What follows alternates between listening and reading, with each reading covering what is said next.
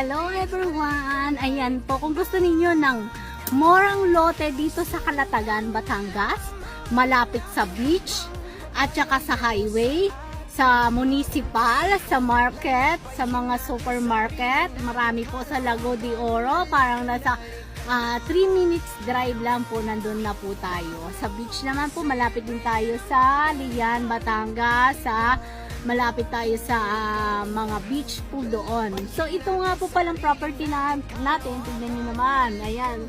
Kung mapapansin niyo, develop na po ang ating property.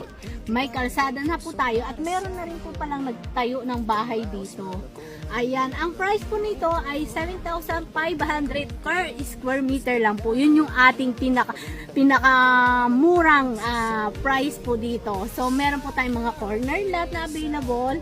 Yun po ay medyo ang price ay nasa 8,000 per square meter at ang minimum cut po nito ay 150 square meter po. Ayun po. At 24% lang po ang ating down. Ayan, sa 24% down, pag i-spot cash po natin yung down, meron tayong 10% discount. O, diba? Saan ka pa?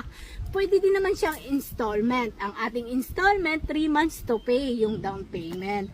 And then yung balance po, 2 to 5 years to pay. Ayan, diba? Eh, kung gusto niyo naman, 2 years, zero interest. Yun po. Pero pag 3 to 5 years, may interest na. Ayan, tignan nyo, napakaganda po ng location. May view ka pa ng bundok.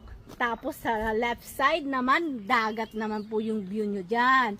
Ang lapit din po niya sa Little Boracay. Ayan, diba? O, saan ka? Kung gusto mo ng tahimik, not crowded, at malayo sa noisy place, malayo sa city, malayo sa mga alam niyo, mga usok-usok, ganon. Ayan, yung mga mababahong yung hangin, yung hindi ka na makahinga dahil sa yung hangin polluted na talaga. So dito ka na lang, province style talaga siya. At saka fresh air kasi ayan, nakikita ninyo, ang daming bunga ng mangga.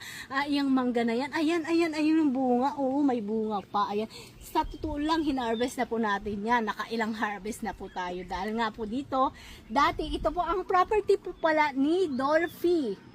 Ito po ang kanyang property. So, pinamanage siya sa company namin. At before po ito ay nasa 200 plus po yung ating mango trees dito. Mango, ayan. Kasi nga farm nila ito ng mga mangga. Ayan. So, ngayon, dinevelop namin, ginawa namin na subdivision. Ayan. So, ang style po pala ng itatayo dito, meron siyang Toscanian style.